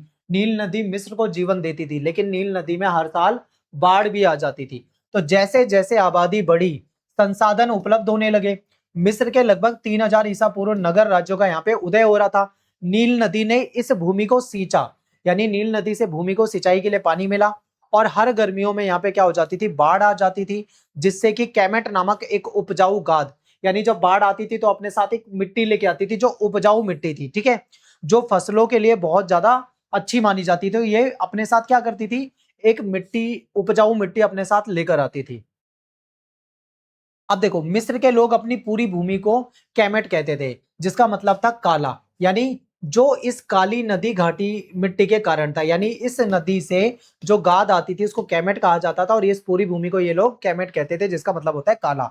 लगभग 5000 साल पहले किसानों ने नील नदी के पानी को खेतों में मोड़ने और जलाशय में संचित करने के लिए खाइयां बनाई। अब देखो, बार बार बाढ़ आती थी, ये लोग परेशान थे, तो इन्होंने क्या करा, जो नील नदी है, इन्होंने सोचा क्यों ना इस पानी को हम खाई खोद देते हैं और इस नदी के पानी को हम ले आते हैं और कहीं पे लाके इकट्ठा कर देते हैं, जिससे हमें बार बार पानी मिलता रहेगा और हम बाढ़ से भी बच पाएंगे, क्योंकि बाढ़ का पानी ज्यादा फैल जाता है। अगर इस पानी को पहले से कंट्रोल कर लेंगे तो कहीं ना कहीं उसको बचाया जा सकता है। अब मिस्र के कैलेंडर के हिसाब से देखें तो नील नदी के अनुसार गिनती को देखते हैं, तो मिस्र के कैलेंडर में 4-4 महीने की 3 ऋतुएं थी, ठीक है, 4 महीने की एक ऋतु, 4 महीने की एक ऋतु और 4 महीने की एक ऋतु, यानी 3 अलग अलग ऋतुएं होती थी जो कि 4-4 महीने की होती थी। तो इस तरीके से क्या हो जाता था, पूरे 12 महीने यानी 1 साल हो जाता था। जो पहली ऋतु है इसको अखेत कहा जाता था, यानी ये शरद ऋतु थी, जिसमें बाढ़ बाढ़ वगैरह देखने को मिलती थी। फिर परेते की बात करें तो यहाँ दूसरी ऋतु थी जिसमें बढ़त और सर्दी देखने को मिलती है। शेमु जो थी ये कटाई की ऋतु थी, जो ग्रीष्म ऋतु थी। और डॉग स्टार यानी सीरियस, इसके उदय पर ये आधारित थी। अब ये डॉग स्टार क्या है, डॉग स्टार जो है एक तारा है, ठीक है, एक आसमान में एक तारा था जो देखने में डॉग की तरह लगता था। अब मुझे डॉग बनाना नहीं आता है यहाँ पे ये कौवा बना दिया मैंने गलती से। तो ये एक तारा होता था जो देखने में डॉग की तरह लगता था, यानी कुत्ते की तरह लगता था। तो ये जो लोग थे ना, ये गर्मियों में जब वो तारा निकलता था उस तारे को देख लेते थे, तो उस तारे से अंदाजा लगा लेते थे कि अब नील नदी में बाढ़ आ सकती है। तो इनको वर्ष 365 दिन, यानी वर्ष के 365 दिन थे। इसमें 30 दिनों के 12 महीने होते थे, ठीक है, और तो 12 तिया 36, 360 दिन हो गए। एक्स्ट्रा जो है 5 दिन अतिरिक्त हो जाते थे। तो ये काफी सटीक था, क्योंकि इतने ही दिन होते हैं, 365, 366। लेकिन धीरे धीरे समय पीछे छूट गया, क्योंकि वास्तविक वर्ष जो था वो लगभग 1/4 दिन उसमें अधिक लंबा हो जाता है। अब बात करते हैं फराओ और पिरामिड पर लोग। तो समय के साथ क्या हुआ, मिस्र पे शासन करने के लिए फराओ नामक शक्तिशाली शासक उभरे, यानी ये फराओ जो राजा थे, इन्होंने यहाँ पे शासन करना शुरू कर दिया। मृत्यु के बाद, यानी जब मर जाते थे तो इनको मस्तबा नामक एक आयताकार संरचना के नीचे दफनाया जाता था, ठीक है, इनको एक आयताकार संरचना थी, उसके नीचे दफना दिया जाता था। धीरे धीरे जो था वो पिरामिड बनने लगा, पहले दफनाया गया, बाद में फिर ऐसे पिरामिड बनने लगे, ठीक है, इस तरीके से। और पिरामिड बनाने के लिए मस्तबा को एक के ऊपर एक रखा जाने लगा, और इसको अलग अलग, इसको सक्कारा स्टेप पिरामिड भी कहा जाता है। तो पिरामिड इसलिए बनाए गए क्योंकि मिस्र के लोग जो हैं ये मानते थे कि प्रत्येक व्यक्ति के पास, ठीक है, प्रत्येक व्यक्ति के पास एक अलग, मतलब एक अलग रूप होता है, यानी हर व्यक्ति के पास जब वो मर जाता है तो उसका एक आध्यात्मिक रूप होता है, जो ममीकरण के माध्यम से शरीर के संरक्षित रहने पर मृत्यु के बाद भी जीवित रहता है। यानी इनका मानना था कि जब कोई व्यक्ति मर जाता है तो ये क्या करते थे, केमिकल वगैरह लगा देते थे, पूरे शरीर में पट्टी बांध देते थे, जिससे कि लाश जो है वो सड़े नहीं, उसको सुरक्षित स्टोर करके रखते थे, जिसको ममीकरण कहा जाता है, ठीक है, उस लाश को मम्मी कहा जाता था। तो ये इस तरीके से लाश को संरक्षित रखते थे। इनको लगता था शायद मृत्यु के बाद भी जीवित है, यानी शरीर जीवित रहता है या आत्मा जीवित रहती है, ऐसा कुछ इनका कॉन्सेप्ट कुछ अलग ही था। तो ये लोग क्या करते थे, ये देखो इस तरीके से ले जाते थे, दफनाते थे वहां पे, ठीक है। देखो किस तरीके से इन्होंने जाके वो पत्थर के ऊपर पत्थर रख रख के इन्होंने ये पिरामिड बनाए होंगे, जो कि बहुत बड़े बड़े पिरामिड होते थे, आप इस तरीके से देख सकते हो। आगे देखो, मिस्र का सामाजिक पिरामिड। तो मिस्र का समाज जो है एक पिरामिड की तरह संरचित था, जिसमें सबसे ऊपर फराओ थे, यानी जैसे मान लो ये इस तरीके से, सबसे ऊपर कौन है, फराओ। फराओ जो है यहाँ के राजा है, यहाँ पे शासन करते हैं, ठीक है। और फराओ के नीचे जो थे वो सरकारी अधिकारी थे, सरकारी अधिकारी उनके नीचे आते थे, कुलीन आ जाते थे, इसमें पुजारी आ जाते थे, इसके बाद आ जाते थे स्वतंत्र भूस्वामी, ठीक है, और कारीगर व्यापारी आ जाते थे, सबसे नीचे आ जाते थे जो गुलाम होते थे, सर्फ होते थे। तो इस तरीके से यहाँ पे भी समाज जो था अलग अलग वर्गों में बटा हुआ था, पूरा पिरामिड सिस्टम था। आप यहाँ पे देख सकते हो पूरा इस तरीके से होता था, ठीक है। सबसे नीचे कौन है, जो गुलाम है। अब मिस्र में जो दैनिक जीवन था, वहां पे जो त्योहार है, वहां की जो महिलाएं हैं उसको समझते हैं। तो शुरुआती जो मिस्रवासी थे ये अवकाश की गतिविधियों का आनंद लेते थे, यानी जब छुट्टी होती थी तो छुट्टी को एंजॉय करते थे। छुट्टी के दिनों में ये तैरने जाते थे, स्विमिंग करने जाते थे, डोंगी चलाते चलाते थे, नाव वगैरह चलाते थे, ठीक है, बोर्ड गेम खेलते थे, संगीत म्यूजिक सुनते थे, नृत्य करते थे। और त्योहार जो थी मिस्र की संस्कृति का केंद्र थी, ये अलग अलग तरह के त्योहार मनाते थे। देवताओं और फराओं का शासन को समर्पित था। ये क्या करते थे, ये मूर्तियों की शोभा यात्रा भी निकालते थे, संगीत वगैरह होता था यहाँ पे। फिर सेड उत्सव, यानी इनका एक उत्सव है, जैसे कि मान लो किसी राजा के सिंहासन पर 30 वर्ष पूरे होने के उपलक्ष्य में, मान लो कोई राजा है, वो 30 साल तक उसने शासन कर लिया है, तो उसके उपलक्ष्य में मनाया जाता था। तो मिस्र की जो महिलाएं थी, उनको देखा जाए तो यूनानी और रोमन महिलाओं की तुलना में ज्यादा अधिकार मिले हुए थे, ठीक है। जैसे यहाँ पे जो महिलाएं थी, ज्यादा अधिकार थी, संपत्ति की मालिक बन सकती थी महिला, अपना बिजनेस चला सकती थी, ठीक है। और क्लियोपेट्रा, ये एक महिला थी जो केवल 18 साल की उम्र में ही मिस्र की रानी बन गई थी, तो यानी मिस्र में महिलाओं को ज्यादा अधिकार दिए थे। अब बात करेंगे मॉड्यूल नंबर 11, इसमें बात करेंगे चीनी सभ्यता, दो महान नदियां और उसके किनारे। तो जो हुआंग हो नदी है चीन की, जिसको पीली नदी कहा जाता है, और यांगसी नदी जो है, यहां से चीनी जो सभ्यता है इसको कैसे आकार मिला। फिर यहाँ पे अलग अलग वंश थे, शांग वंश, झोउ वंश, छिन वंश, हान वंश, इन्होंने शासन करा, इसको देखेंगे। फिर ओरेकल जो अस्थियां थी उसकी खोज को समझेंगे। यहाँ पे जैड और कांस्य कला और जो चीन की जो विशाल दीवार थी, महान दीवार थी, उसको समझेंगे, ठीक है। तो देखिए, हुआंग हे जिसको पीली नदी कहा जाता है, आप देखोगे ये रिवर है, दूसरी यांगसी रिवर है, और यांगसी जो है ये चीन की दो महान नदियां हैं। तो चीनी सभ्यता जो है वो पीली नदी और यांगसी नदी जो है इसके किनारे में ही फली फूली थी। दोनों नदियों को अगर आप ध्यान से देखते हो तो ये बहुत महत्वपूर्ण है चाइना के लिए। लगभग 7000 ईसा पूर्व की शुरुआत में देखोगे तो चीनी जो नवपाषाण संस्कृतियां थी उसके केंद्र में रही है। इसके अगल बगल में चीन में बसावट हुई है, खेती होती थी यहाँ पे, ठीक है। तो लगभग 2000 ईसा पूर्व में तांबे और कांसे की धातु की चीजें बनने लगी थी। नवपाषाण बस्तियां जो थी यहाँ पे, जो पीली नदी की घाटी है, यहाँ पे जो कांसे की वस्तु है उसको यहाँ पे ला दिया था इन्होंने, इसका यूज हो रहा था खूब, ठीक है। तो 1600 ईसा पूर्व के आसपास देखें तो कृषि का विस्तार हो रहा था, और जो उन्नत धातु कर्म है और शिल्प उत्पादन के साथ साथ जो वास्तविक शहरी केंद्र है उसका भी उदय यहाँ पे हो रहा था।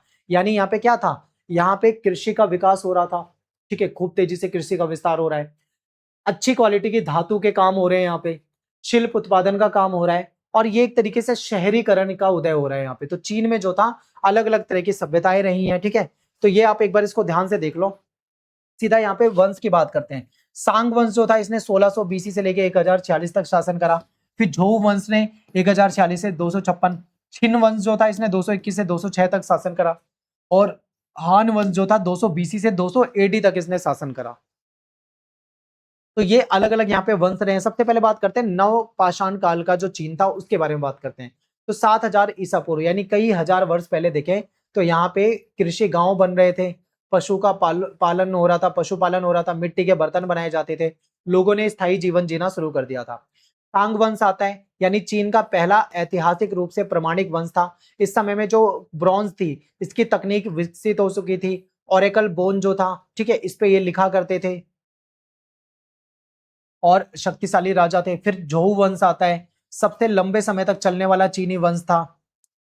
और इसके बाद आता है छिन वंश जो कि बहुत कम समय तक 15 वर्ष तक ही चला था। यानी ये जो था ये पहला एकीकृत साम्राज्य था। इसमें माप तौल, मुद्रा, लिपि और महान दीवार जो है इसके निर्माण कार्य शुरू हुआ था। फिर आता है हान वंश जिसने लंबे समय तक शासन करा है यहाँ पे, ठीक है। तो चीन के जो महानतम वंश थे उसमें से एक माना जाता है, साम्राज्य का विस्तार करा था इसने, रेशम मार्ग को मजबूत किया था, कन्फ्यूशियस वाद जो है उसको भी बढ़ावा इसी समय में मिला, और एक महत्वपूर्ण सभ्यता के रूप में चीन जो था वो इसी समय में उभरा। अब बात करते हैं ओरेकल हड्डियां, इसकी दरारों को पढ़ना।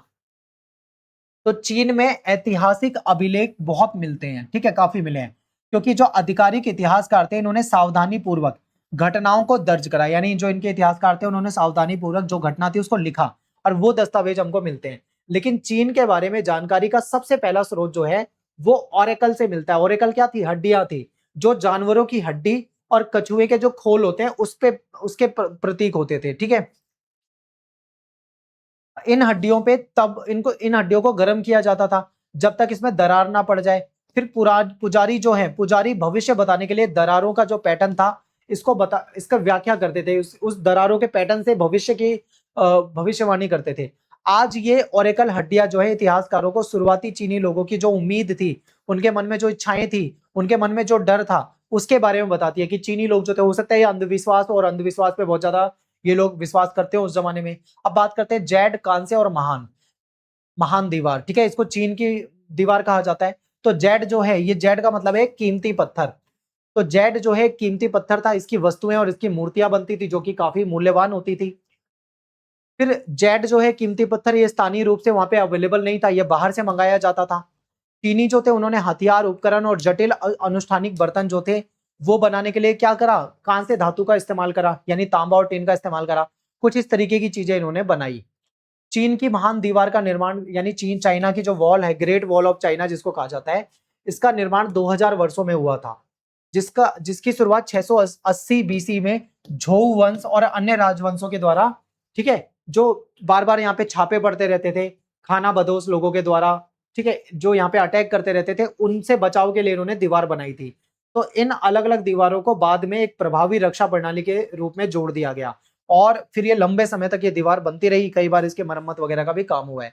तो आप देखो कुछ इस तरीके से चाइना की विशाल दीवार जो है वो बनाई गई थी और ये जो बाहर से आक्रमणकारी आते थे उनसे कहीं ना कहीं बचाने का काम करती थी चीन की ये जो दीवार थी, ठीक है, आप इसको देख सकते हो। अब सिल्क, पैसा और सिल्क रूट को बोलते हैं हम रेशम मार्ग, रेशम, पैसा और रेशम मार्ग। तो चीनी जो लोग थे वो नवपाषाण काल से ही रेशम बनाने की कला इनको पता थी, यानी बहुत पुराने समय से रेशम बनाना जानते थे। आगे चलकर कांस्य युग में इन्होंने क्या करा, और ज्यादा हुनर प्राप्त कर लिया और ज्यादा टैलेंटेड हो गए।